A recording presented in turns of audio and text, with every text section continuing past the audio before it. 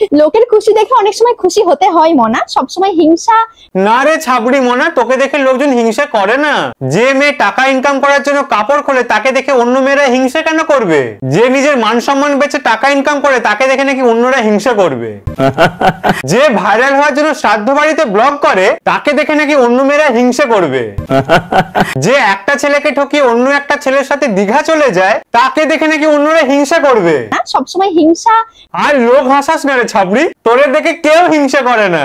মানুষ নিজের লাইফে খুশি না থাকলে অন্য কারণে নামে বদনাম করতে শুরু করে। যখনই দেখবে কেউ সুখী আছে, ভালো আছে, ব্যাস আর সহ্যই হবে না। তাদের যে পার্টনার আছে সো তারা হয়তো কোনো এফার্টস হয়তো লাগাচ্ছে না, তাদেরকে নিয়ে হয়তো তারা কোনো খুশি নেই বা কোনো একটা কিছু কমতি হয়েছে, তখনই তারা আসে উল্টো পাল্টা কমেন্ট করতে, তাদের ফ্রাস্ট্রেশন গুলো বের করতে।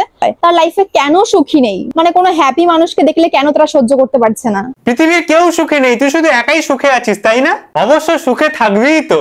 একটা ছেলেকে 3-4 বছর ধরে ইউজ করে তাকে কাজে লাগিয়ে 50-60 লাখ টাকার বাড়ি বানিয়েছিস, তারপর কাজ মিটে যেতে তাকে ছেড়ে দিয়ে নতুন একটা চাকরকে ধরেছিস। যখনই দেখবে কেউ সুখী আছে, ভালো আছে, ব্যাস তুই তো খুশি থাকবি, তুই খুশিতে থাকবি না? যারা ঠকায় তারা তো খুশিতে থাকবেই। অন্যকে ঠকিয়ে অন্যকে বঞ্চিত করে যারা খুশি হয় তাদের খুশি বেশি দিন থাকে না কিন্তু।